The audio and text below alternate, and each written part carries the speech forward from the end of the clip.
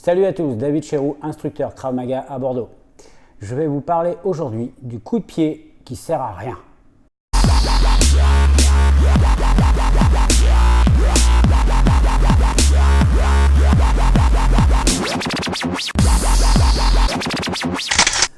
Le coup de pied qui sert à rien. Alors, quand on fait des arts martiaux ou des sports de combat, c'est valable pour tout le reste, autant que les disciplines de self-défense, on apprend les bases, des coups de pied, les coups de poing, etc. Et après, lorsqu'on fait du combat, on apprend à frapper plus ou moins partout, tête, corps, jambes, etc. Mais il y a quand même des cibles qui n'ont aucune utilité parce qu'elles vont d'une part vous fatiguer, d'autre part vous mettre en danger en vous exposant. Et moi, dans beaucoup de combats que j'ai pu voir en compétition, notamment, puisque c'est aussi valable en compétition qu'en self-défense, où des coups de pied qui ne servent à rien sont donnés. En gros, pour vous expliquer, vous imaginez un combattant qui donne un coup de pied et l'adversaire en face, qu'il bouge ou qu'il ne bouge pas, qu'il ait sa garde ou qu'il n'ait pas sa garde, le coup de pied n'arrive pas à sa cible. Ou en tout cas, si, il arrive à une cible, mais en aucun cas, ce sera un coup de pied décisif ou dangereux. Ce coup de pied, c'est un coup de pied circulaire qui est donné aux 3/4 haut, à peu près au niveau du bras ici. Que vous soyez en garde ou que vous soyez les bras le long du corps, lorsque l'adversaire vous touche, même s'il frappe fort, ok, ça va faire un peu mal au bras ou à l'épaule, mais je veux dire, ça ne sera en aucun cas décisif, ça ne va pas vous empêcher de lui mettre une droite juste derrière ou d'enchaîner. Donc, je vous ai préparé une petite vidéo pour imager mon propos.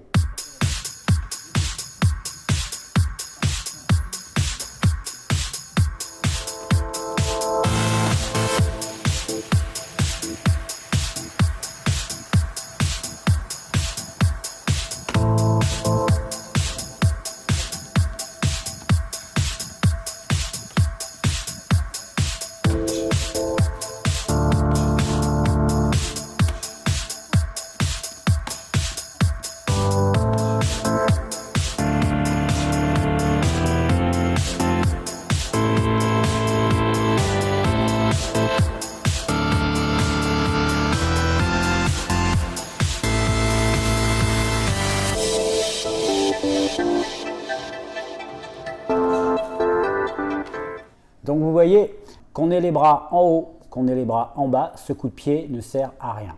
Alors il y aura toujours des puristes qui vont dire oui, mais un bon coup de pied circulaire avec le tibia dans le bras, c'est comme un low kick, ça va lui paralyser le bras, machin. Ouais, peut-être. Mais je peux vous dire que lorsqu'on se bat avec l'adrénaline, avec la colère, la haine, etc., même si vous faites très mal à votre adversaire, il y a quand même peu de chances pour qu'il s'arrête d'un coup, qu'il tienne son bras en écharpe et qu'il s'en aille en pleurant.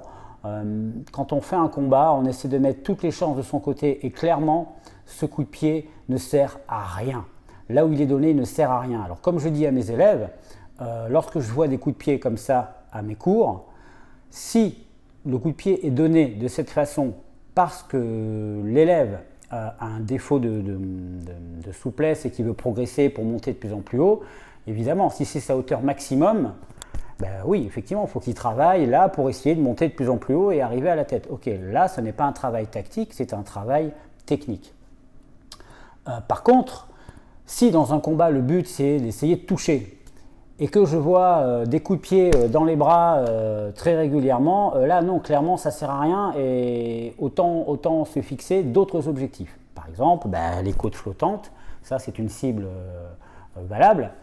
Ou bien la tête, une cible valable aussi, mais entre les deux, il n'y a pas trop d'utilité à donner un coup de pied. Alors on va dire aussi, il y a aussi les côtes flottantes ici, qui sont à peu près à la hauteur dont je vous parle.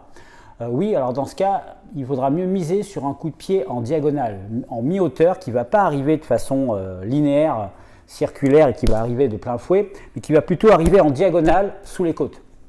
Là oui, ça peut être valable, comme ils le font beaucoup en taekwondo, ça marche très bien. Mais le coup de pied circulaire, pur et dur, en ouverture, directement dans le bras, oubliez ce coup de pied, il ne vous servira à rien. À l'époque où j'étais encore compétiteur, je voyais énormément de coups de pied comme cela, parce qu'à l'époque, Alors c'est un peu moins vrai aujourd'hui, mais à l'époque, les gens n'étaient pas forcément très souples. Et les gens qui montaient facilement à la tête, ça ne courait pas les rues. C'était dans les années 90, donc entre 90 et 2000, voilà. Du coup, en fait, ils essayaient de monter le plus haut possible parce que ce qui marquait le plus de points, c'était les coups de pied visage, hein, c'était 3 points d'un coup. Donc ils essayaient coûte que coûte de monter à la tête, mais comme ça ne montait pas, ça marquait rien. Et puis quand ça ne marque pas, on se fatigue pour rien, on s'expose, et ça ne peut être que préjudiciable. Et dans un combat de rue, c'est pareil. Déjà dans un combat de rue, on va éviter de monter les jambes à la tête, si c'est possible. On est plus efficace quand on est sous la ceinture, ou en tout cas mi-hauteur, niveau côte, estomac, et puis ce qui est en dessous. À mon avis, c'est ce qui marche le mieux. Voilà, c'était juste pour vous parler d'une technique qui ne sert à rien. Je vous en montrerai d'autres. Et en attendant, je vous dis à bientôt pour une nouvelle vidéo et entraînez-vous bien.